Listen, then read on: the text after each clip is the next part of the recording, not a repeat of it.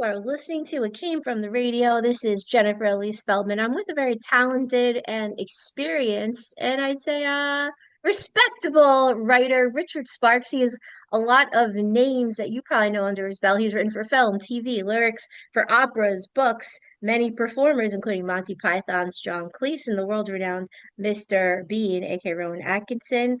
Richard Sparks actually wrote Mr. Beane's famous Schoolmaster routine. And Richard's latest novel is New Rock, New Realm, yeah, and it's more fantasy than science fiction. But first, I want to ask first question: what was it like writing for the legendary Mr. Bean? It was something that needed to be done because at the time he was not legendary. He wasn't, nobody knew who he was. He was Hmm. a graduate student straight out of Oxford University. The word was out about him in the business, but he'd never done anything beyond student reviews. My partner and I had seen him in Edinburgh, and actually he saw us act first. I used to do student reviews as an actor, but I never wanted to be a proper grown-up actor because I'm not good enough, and I just wanted to write.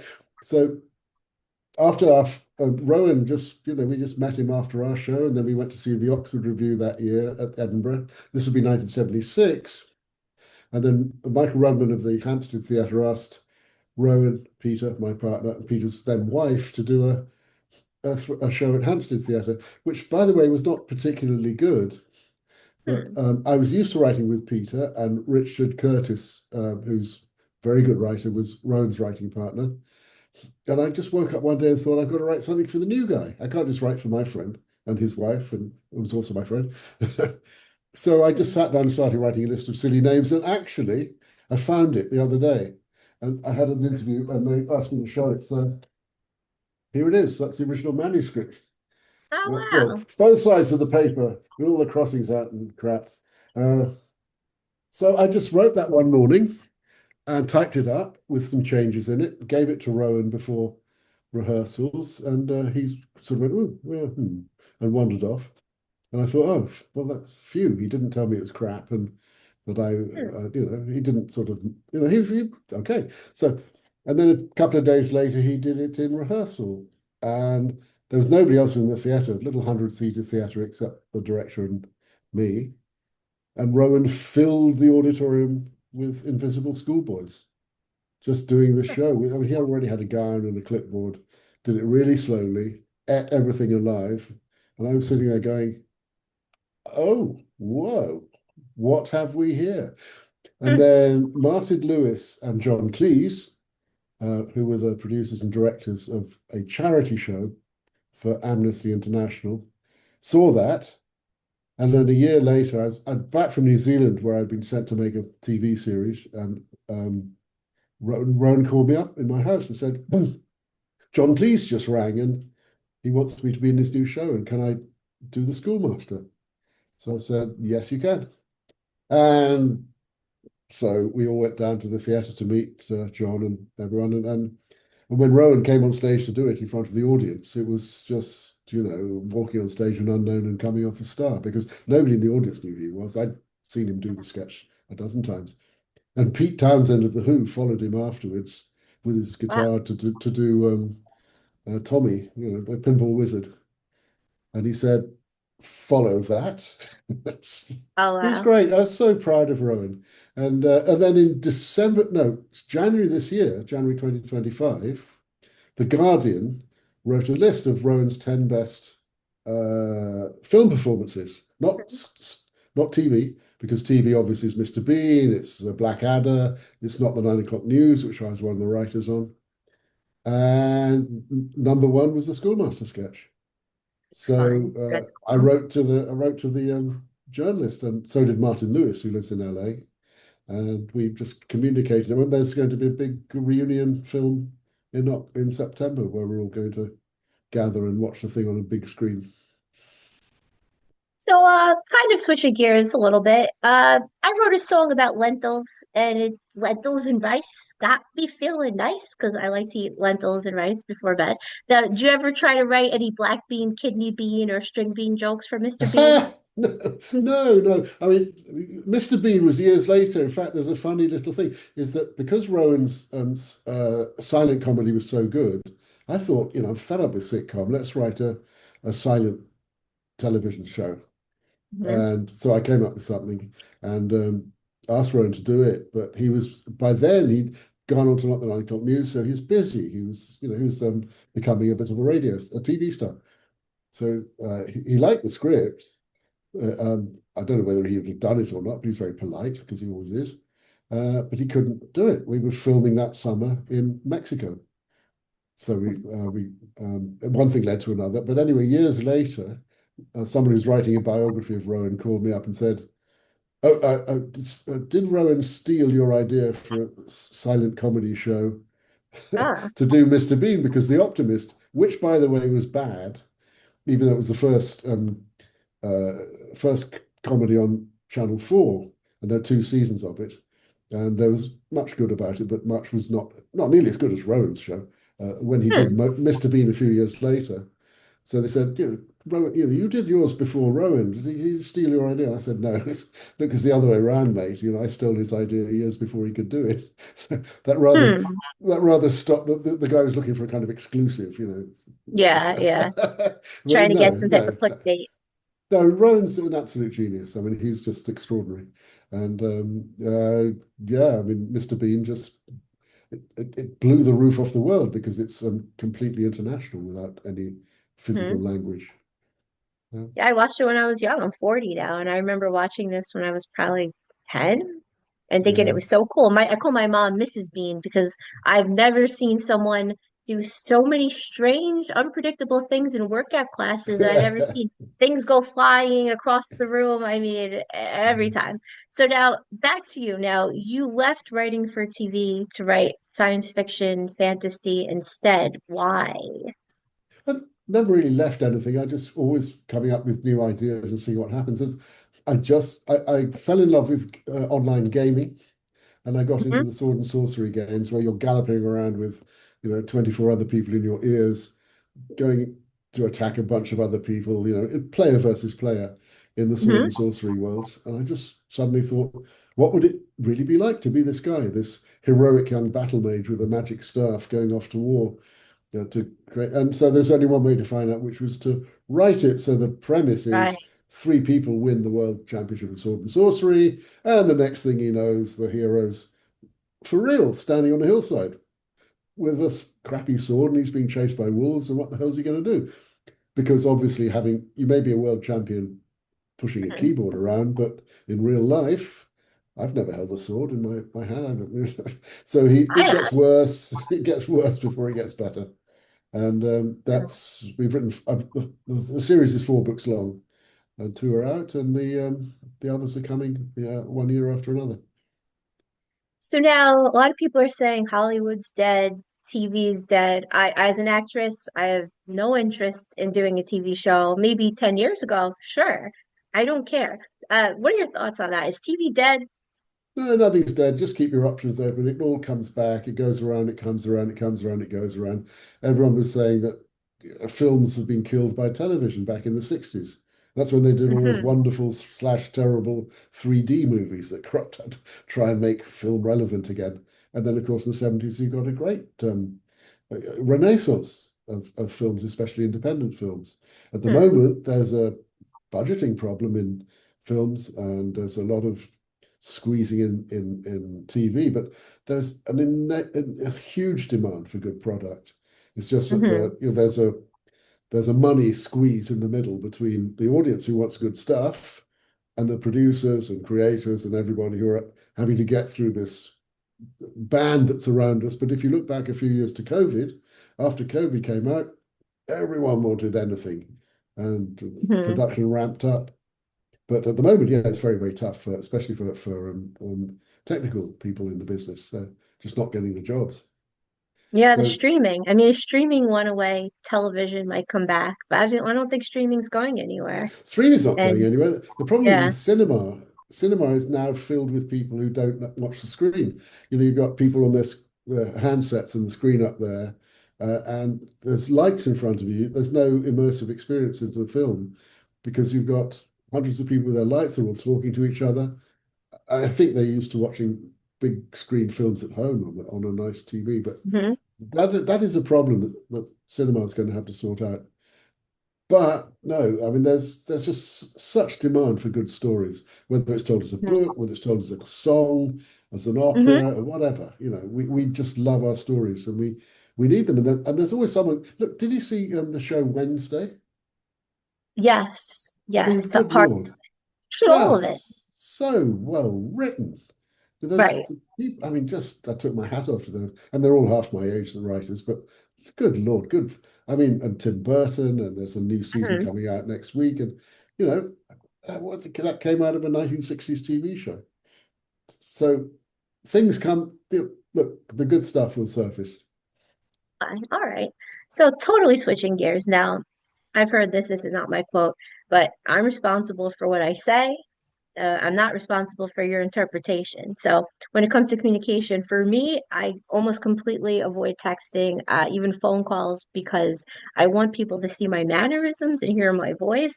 Otherwise, there's so much misinterpretation. So I even got cursed out by a member of the Wu-Tang Clan. I gave him a compliment on Twitter, and this compliment I think was perceived as a massive insult. And via email, I asked the photographer a question, and I received a response, I don't like your tone, but there is no tone. There's no So tone I on the learned my written lessons. page. I have lots of Oh stories. dear, oh dear, oh dear. That's such a So, great can of worms you opened there, because people don't know how to read in depth.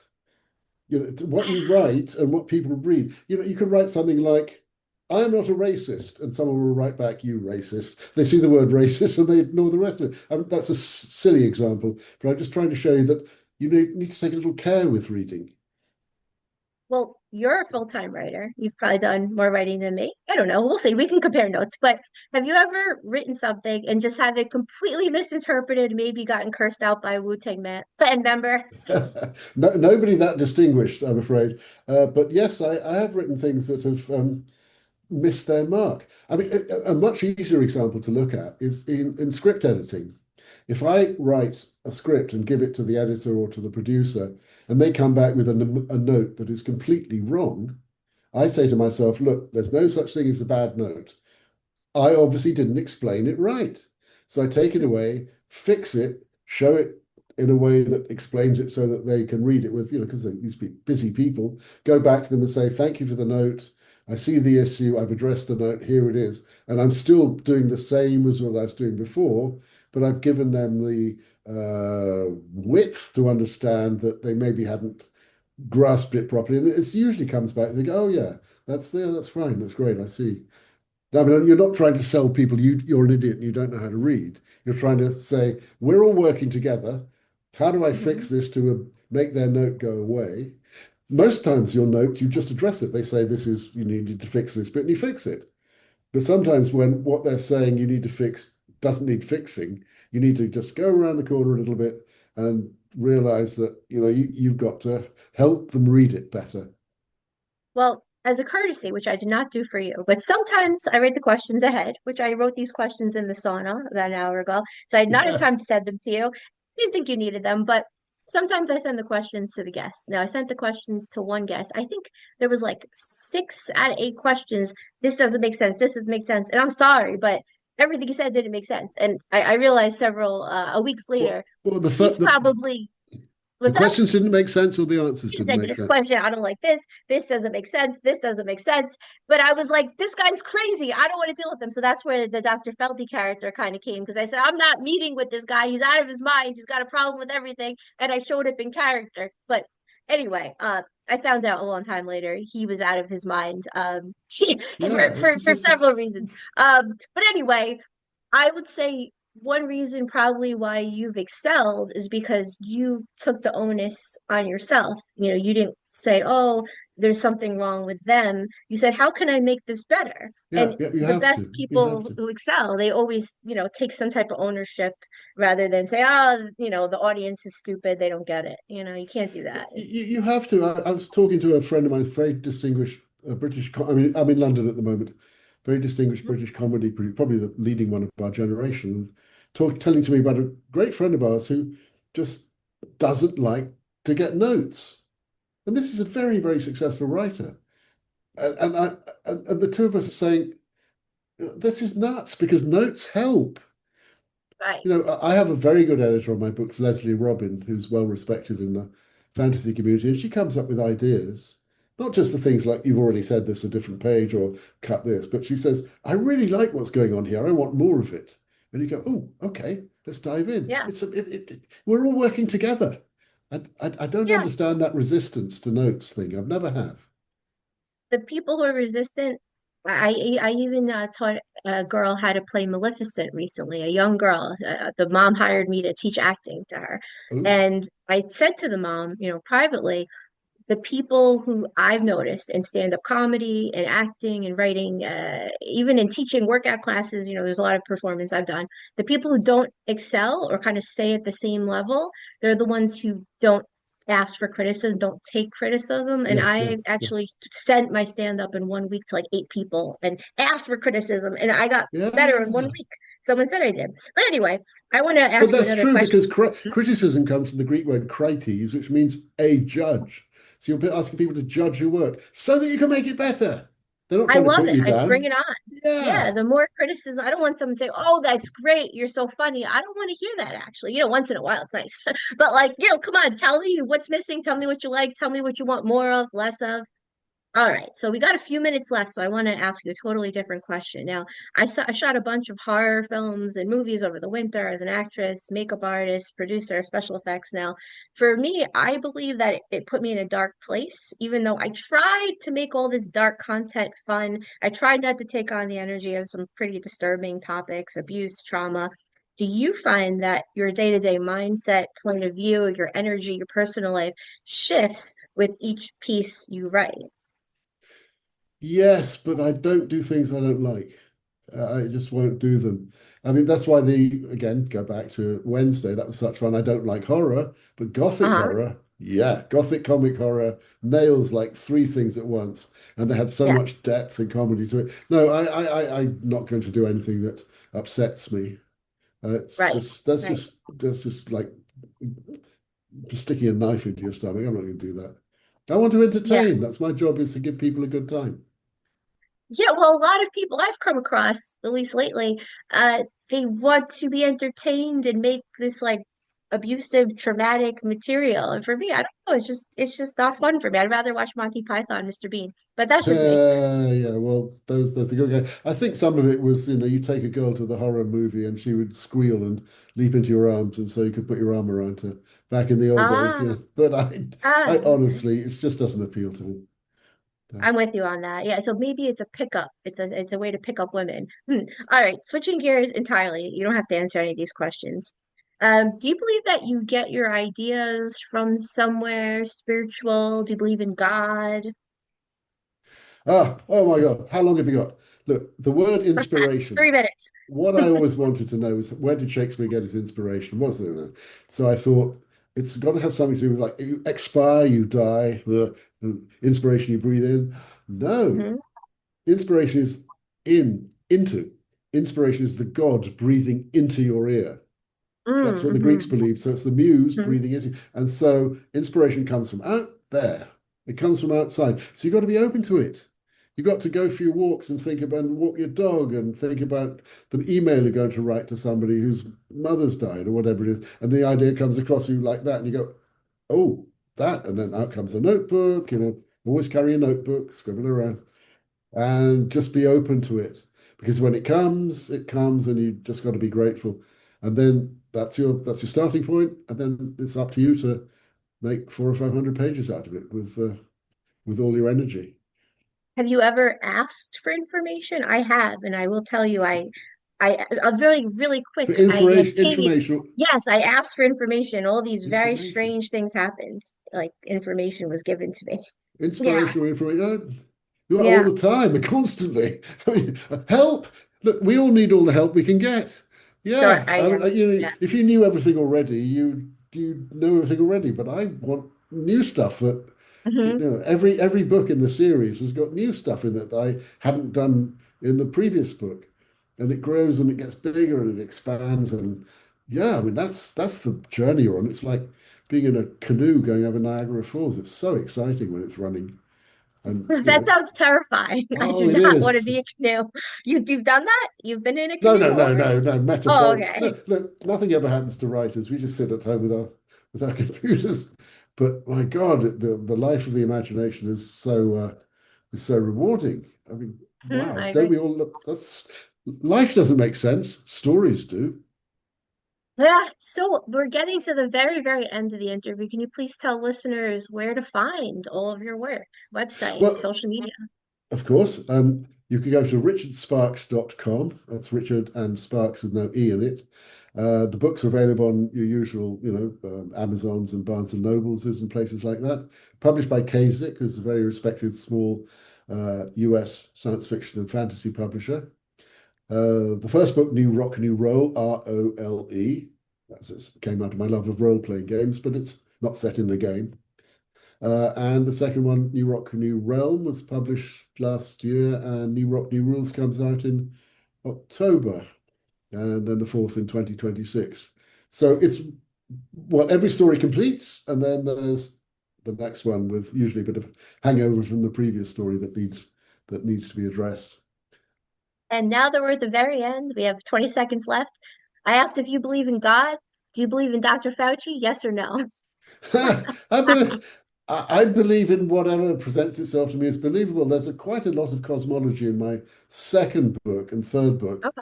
but then you're making your own cosmology up. So, do you believe in your own gods? Do you believe in the gods that have come out of, Bibles and Qurans and Vedas and stuff?